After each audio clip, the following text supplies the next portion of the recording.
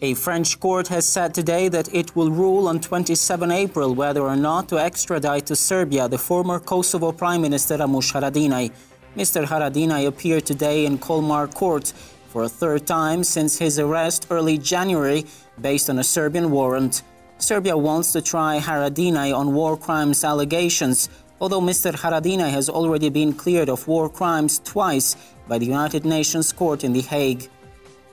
Kosovo MP and humanist Flora Brovina has called on the world to react against what she called the evil in Syria following a suspected chemical attack on civilians there, as she drew a parallel between the Syrian attack and an incident in 1990 in Kosovo when Serb forces poisoned several Kosovo children. She said the world must hit back at what has been happening in Syria, especially with children, women and the old. She said she was shocked by the number of civilians killed by the gas attack recently. Kosovo Parliament is to vote on ratifying a border demarcation deal with Montenegro within this month, Kosovo Prime Minister Isa Mustafa has said.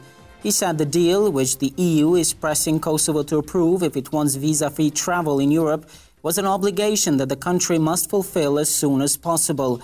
Ever since Kosovo and Montenegro reached an accord to demarking the border between the two countries on 25 August 2015, Kosovo Parliament has failed to ratify it as it was met with severe objection by opposition MPs, violent disruption of parliament sessions in several occasions. Serbia's efforts to create a joint regional market was an anti-EU tendency, Kosovo Foreign Minister Enver Hoxha has said on Thursday, repeating his country's stance against it.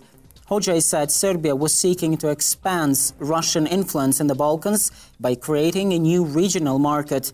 He said the only option was looking towards the Euro-Atlantic organizations. For more information on Kosovo, visit gazetaexpress.com/en.